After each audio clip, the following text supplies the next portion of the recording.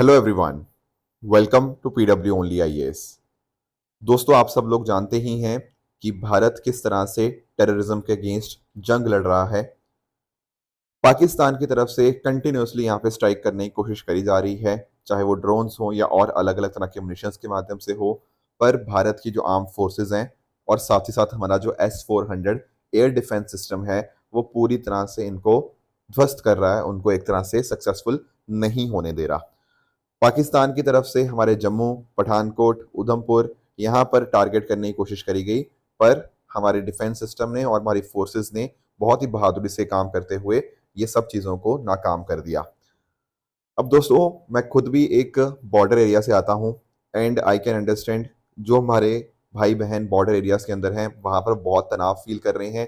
पूरे इंडिया में ही डेफिनेटली तनाव है, बट बॉर्डर एरियाज के अंदर हमें यहाँ पे बहुत ज़्यादा एक्टिविटी यहाँ पे देखने को मिल रही है।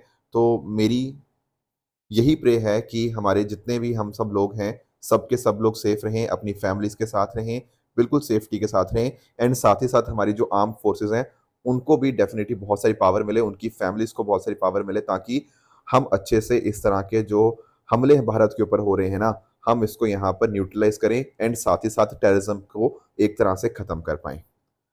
दोस्तों, डेट है आज की 9 मई 2025 एंड आप सभी का स्वागत है आज के प्रीलिम बूस्टर न्यूज़ डिस्कशन में। स्टार्ट करने से पहले मैं आपको बता दूं, अगर आपको इस सेशन की पीडीएफ चाहिए तो आप मेरे Telegram channel Rishabh Sharma sir PW पे जाके यहाँ पर इसकी पीडीएफ को डाउनलोड कर सकते हैं। पहला जो टॉपिक हमें डिस्कस करना है वो बीजू पटनायक जी के रिगार्डिंग है। दोस्तों, जो ओडिशा से होंगे उनको बिल्कुल इनके बारे में बहुत डिटेल में पता होगा। बाकी भारत को भी पता है, पर थोड़ा सा मैं और आपको इनके बारे में डिटेल में समझाना चाहता हूँ। दोस्तों, बीजू पटनायक जी का जो जन्म था वो 1916 में हुआ था, कटक उड़ीसा के अंदर। एंड ये एक बहुत इंपॉर्टेंट फ्रीडम फाइटर थे। दरअसल में भारत की इंडिपेंडेंस मूवमेंट के अंदर इन्होंने बहुत बड़े लेवल पे पार्टिसिपेट किया एंड काफ़ी बार ब्रिटिशर्स के द्वारा इनको जेल में भी डाला गया इनकी एक्टिविटीज़ के लिए। बाद में जाके हम नोटिस करते हैं कि 2 बार ये चीफ मिनिस्टर बनते हैं उड़ीसा के, 1961 से 63 एंड 1990 से लेकर 1995 के बीच में।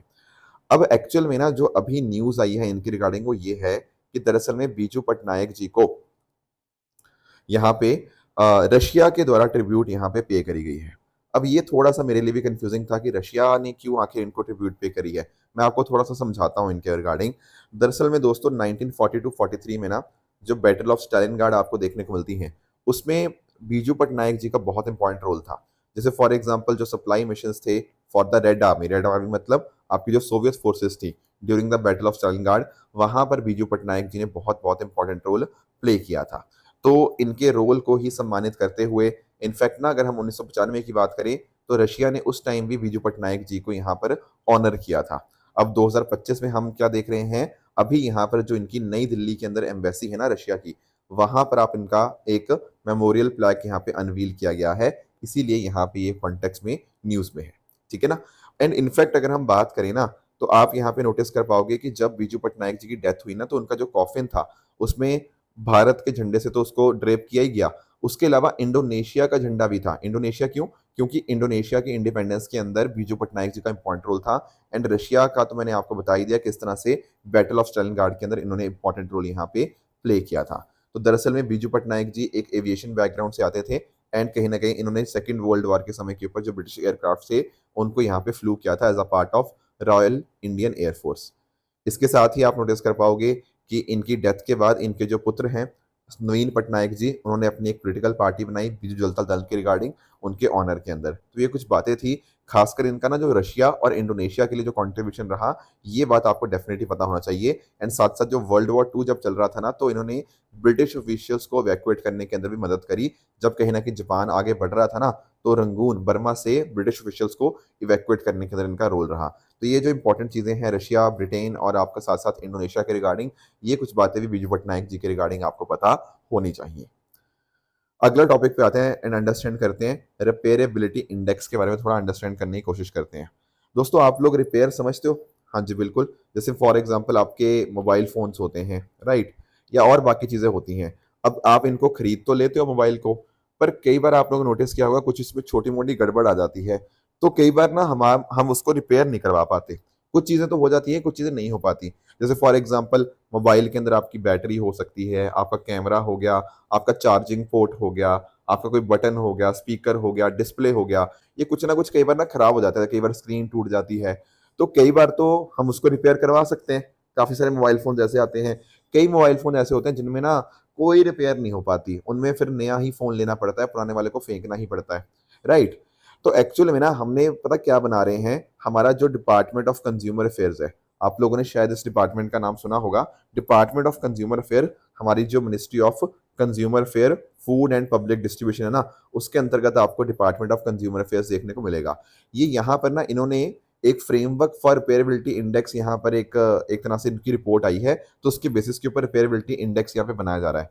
इससे पता क्या पता लगेगा, जैसे मान लो आप ना कोई फ़ोन खरीदने गए, या लेट्स से आप किसी शोरूम में जाते हो, वहाँ मोबाइल फ़ोन्स लगे हुए हैं, या और बाकी जो चीज़ें हैं, इस तरह के जो ई-कॉमर्स वाली चीज़ें हैं, राइट? बेसिकली टैबलेट्स वगैरह हैं, वहाँ पर ना आपको ना यहाँ पे साथ में ना एक जगह पे लिखा होता है कि इसका प्राइस कितना है, इसमें कितने जीबी रैम है, वो सब चीज़ें लिखी होती हैं। अब उसी जगह के ऊपर आपको रिपेयरेबिलिटी इंडेक्स भी लिखा हुआ देखने को मिलेगा। तो उससे आपको पता लग जाएगा कि अगर यार इस फ़ोन में कुछ खराबी आती है, कुछ बैटरी की दिक्कत आई, कुछ चार्जिंग पोर्ट की दिक्कत आई या बाकी सब चीज़ों की दिक्कत आई, तो क्या मैं उसको रिपेयर करवा पाऊँगा या नहीं करवा पाऊँगा? एक स्कोर मेंशन्ड होगा, वो जितना ज़्यादा स्कोर होगा, इसका मतलब कहीं न कहीं उसको यहाँ पे रिपेयर करवाना आसान है, ठीक है ना? तो ये हम यहाँ पे बना रहे हैं, तो रिपेयरेबिलिटी इंडेक्स एक स्कोर होगा जो कि दिया जाएगा इलेक्ट्रॉनिक प्रोडक्ट्स को, जो बताएँगे कितना आसानी से उसको हम रिपेयर कर सकते हैं। इससे कहीं न कहीं कंज्यूमर्स को पता लगेगा ना यार कि यार मैं फ़ोन खरीदूँ या ना खरीदूँ? ऐसे तो नहीं कोई छोटी-मोटी गड़बड़ होगी फ़ोन में और फ़ोन बेकार हो गया। तो इसके साथ-साथ जो मैन्युफैक्चरर्स होंगे, वो भी इस तरह का प्रोडक्ट बनाएँगे जो कहीं न कहीं रिपेयर फ्रेंडली हो। तो डेफिनिटली रेदर देन हम वेस्टफुल कंज़म्पशन करें, अब हम माइंडफुल यूटिलाइज़ेशन करेंगे। अब कस्टमर को पता होगा कि फालतू में मैं कोई अपना फ़ोन वगैरह नहीं खरीद रहा, अब वही फ़ोन खरीदूँगा जिसमें अगर कोई गड़बड़ आती भी है, तो उसको मैं रिपेयर कर पाऊँ। अब ये जो पर्टिकुलर रिपेयरेबिलिटी इंडेक्स होगा ना, ये ओईएम्स के द्वारा दिया जाएगा। ओईएम्स क्या होते हैं? Original equipment manufacturer. मैं आपको समझाता हूँ। जैसे कई बार आप लोगों ने ना लैपटॉप देखे हैं अपने, अपने लैपटॉप जैसे फॉर एग्ज़ाम्पल मान लो एचपी का लैपटॉप है या आपका डेल का लैपटॉप है। पर एक चीज़ अंडरस्टैंड करो, उनके अंदर जो प्रोसेसर पड़ता है, वो प्रोसेसर तो इंटेल बनाता है। तो दरअसल में ना इंटेल पता क्या कर रहा है? इंटेल एचपी या डेल को कोई प्रोडक्ट दे रहा है, कोई प्रोडक्ट सप्लाई कर रहा है, जिसको आगे फिनिश प्रोडक्ट में इस्तेमाल किया जा रहा है। तो यहाँ पर इंटेल क्या हुआ? ओरिजिनल इक्विपमेंट मैन्युफैक्चरर हुआ। इसी तरह से जैसे फॉर एग्ज़ाम्पल माइक्रोसॉफ्ट विंडोज़ बनाता है और विंडोज़ भी आपके एचपी, डेल वगैरह इस्तेमाल करते हैं। तो ये विंडोज़ वगैरह भी क्या हुआ जो माइक्रोसॉफ्ट ने दिया, ये ओईएम हुआ, राइट? तो ये जो कमेटी थी इसने कुछ रिकमेंडेशन दिए हैं कि स्टार्टिंग में ये स्मार्टफ़ोन्स और टैबलेट्स के लिए होगा, आगे जाके इसको हम और यहाँ पे चीज़ों के लिए अप्लाई करेंगे। तो ओईएम्स जो होंगे वो सेल्फ डिक्लेयर करेंगे रिपेयरेबिलिटी इंडेक्स किसी पर्टिकुलर पॉइंट का कितना है, एंड इसको point of sale e-commerce platform मतलब अमेज़न, फ्लिपकार्ट से आपने खरीदना होगा, वहाँ पे दिखा जाएगा, क्यूआर कोड होगा पैकेजिंग के ऊपर, उसके ऊपर भी आपको देखने को ये मिल जाएगा। तो मेजर फ़ोकस आपका इन्हीं सब चीज़ों के ऊपर रहेगा, cameras, button, speaker, battery, display, ये सब चीज़ों के ऊपर। तो 6 इसके पैरामीटर यहाँ पे हमें देखने को मिल जाएँगे। एक है आपका disassembly depth, repair information, spare part कितने अवेलेबल हैं, सॉफ्टवेयर अपडेट्स, टूल्स, फास्टनेस, इन सब चीज़ों के रिगार्डिंग। एंड जो स्कोर दिया जाएगा, वो 5 पॉइंट स्केल के ऊपर दिया जाएगा, इनको अलग-अलग वेटेज देने के बाद, एंड उसके हिसाब से आपका रिपेयरेबिलिटी इंडेक्स डिटरमिन किया जाएगा। नेक्स्ट टॉपिक पे आते हैं और अंडरस्टैंड करते हैं ऑपरेशन शिवा के बारे में। दोस्तों ऑपरेशन सिंदूर तो हमने पढ़ ही लिया था। अब एक्चुअली हमें ऑपरेशन शिवा के बारे में थोड़ा-सा अंडरस्टैंड करना है। दोस्तों डेफिनिटली भारत एक तरह से टेररिज्म के अगेंस्ट जंग तो लड़ ही रहा है, पर आप नोटिस कर पाओगे कि यहाँ पे जम्मू कश्मीर के अंदर ना जो आने वाले समय के अंदर अमरनाथ यात्रा होगी, उसके लिए भी हमारी सिक्योरिटी फोर्सेस प्रिपेयर कर रही हैं, एंड उसी के लिए ऑपरेशन शिवा लॉन्च किया गया है। दोस्तों अमरनाथ यात्रा की जब मैं बात करता हूँ ना, तो अमरनाथ यात्रा 2 तरह से आपको देखने को मिल जाती है, मतलब 2 जगहों से आप जा सकते हो। पहला तो पता क्या है? पहला ना पहलगाम से ही है। ये पहलगाम वही जो मैं बता रहा हूँ जहाँ पे अभी हमें 22 अप्रैल को जो दर्दनाक घटना हमें देखने को मिली। तो एक तो रास्ता जाता है कि आप पहलगाम से जाएँ, एंड यहाँ पर इस रास्ते से होते-होते आप अमरनाथ यात्रा अपना कंप्लीट करें। ये जो जगह है ना पहलगाम जहाँ से यात्रा शुरू होती है ये वाली, ये वो जो अटैक वाली जगह थी ना बायसरन, ठीक है? वहाँ से लगभग 6 किलोमीटर की दूरी पर है। एक तो ये रास्ता है, दूसरा है आपका बालताल का। बालताल के थ्रू भी आप यहाँ पे अमरनाथ यात्रा जो सोनमर्ग के पास है, उसके थ्रू जाते-जाते आप यहाँ पे अमरनाथ यात्रा आप कर सकते हैं। तो हम चाहते हैं कि इसमें पूरी तरह से सेफ्टी बनी रहे, एंड दैट इज़ वाई हम यहाँ पे कोशिश कर रहे हैं ऑपरेशन शिवा के माध्यम से हम पूरी तरह से ये इस पर्टिकुलर यात्रा को सेफ बनाएं। तो मल्टी एजेंसी सिक्योरिटी इनिशिएटिव आपको देखने को मिलता है, एंड यहाँ पर सिक्योरिटी को काफ़ी ज़्यादा पिछले कुछ दिनों में बढ़ा दिया गया है। आप सब लोग जानते होंगे अमरनाथ यात्रा के बारे में। ये एक एनुअल हिंदू पिलग्रिमेज है जहां पर आप नोटिस कर पाओगे कि जो लोकेटेड है in the Himalayas of south Kashmir. यहाँ पर नेचुरली फॉर्म्ड आपको शिवालिंगम देखने को मिल जाएगा, जो कि बहुत ही ज्यादा पवित्र माना जाता है by the devotees of Lord Shiva. तो ये कुछ बातें थी ऑपरेशन शिवा के रिगार्डिंग। ध्यान रखिएगा, ये अमरनाथ यात्रा से लिंक्ड है। अगला जो हमें टॉपिक डिस्कस करना है वो शक्ति पॉलिसी के बारे में है। सबसे पहले तो आप इस शक्ति पॉलिसी की फुल फॉर्म पढ़ लीजिए। It is the scheme for harnessing and allocating कोयला ट्रांसपेरेंटली इन इंडिया। कोयला क्या होता है? कोल की बात कर रहे हैं, कोल की, ठीक है ना। तो आपको सबसे बात तो इंपॉर्टेंट बात यही ध्यान रखनी है कि शक्ति पॉलिसी कोल के साथ लिंक होती है। अब दरअसल में दोस्तों ये जो पर्टिकुलर पॉलिसी थी ये तो 2017 में आ चुकी थी। अब यहाँ पर इसमें ना हमने कुछ चेंजेस करे हैं, कुछ यहाँ पे आपको रिविजन्स आपको होती हुई देखने को मिल जाती हैं। देखो एक्चुअल में ना अगर मैं बात करूँ कोल के रिगार्डिंग, तो आप लोगों ने नोटिस किया होगा कि हमने पिछले लगभग 10 साल के अंदर कोल सेक्टर के अंदर बहुत बड़े बड़े रिफॉर्म्स किए हैं। जैसे 2015 में ना आपने नोटिस किया होगा कोल माइंस एक्ट, ये आप अपने स्टैटिक में पढ़ते हो। कोल माइंस एक्ट जब लेके आए ना हम, उससे कहीं ना कहीं हमने प्राइवेट सेक्टर पार्टिसिपेशन को हमने यहाँ पर इनेबल करने की यहाँ पे कोशिश करी। उसके अलावा आप नोटिस करते हो हमने MMDR act, mines and mineral development and regulation act लाए, मतलब अमेंडमेंट किया 2021 के अंदर। उसके माध्यम से हमने ना एक कॉम्पोजिट लाइसेंस किया। कॉम्पोजिट लाइसेंस मतलब कि अगर मान लीजिए कोई कंपनी है ना, तो उसको ऐसा नहीं होगा कि ढूंढने के लिए, प्रोस्पेक्टिंग के लिए अलग लाइसेंस होगा और माइनिंग के लिए अलग लाइसेंस नहीं, इनका इकट्ठा लाइसेंस हमने देना स्टार्ट किया 2021 के अंदर। इनफैक्ट ना उससे पहले भी, इनफैक्ट अगर आप 2020 की बात करना, तो 2020 में भी कमर्शियल कोल माइनिंग को हमने यहाँ पे अलाउ किया कि आप अपने कोल को माइन कर सकते हो और हम कुछ रिस्ट्रिक्शन नहीं लगाएंगे कैसे आपने इस्तेमाल करना है। तो पास्ट में ना बहुत सारे स्टेप्स लिए गए हैं, एंड उसी में एक आपको शक्ति पॉलिसी भी देखने को मिल जाती है। अब शक्ति पॉलिसी में अभी पता क्या किया गया है, कुछ रिसेंटली चेंजेस करे गए हैं। क्या चेंजेस करे गए हैं यहाँ पे शक्ति पॉलिसी के अंतर्गत? देखो शक्ति पॉलिसी में ना दो तरह की विंडोज बनाई गई हैं, बहुत ध्यान से इस बात को अंडरस्टैंड करना। पहला जो विंडो है ना, उसमें यहाँ पे ये बोला जाता है कि कोयला जो होगा वो नोटिफाइड प्राइस पे दिया जाएगा।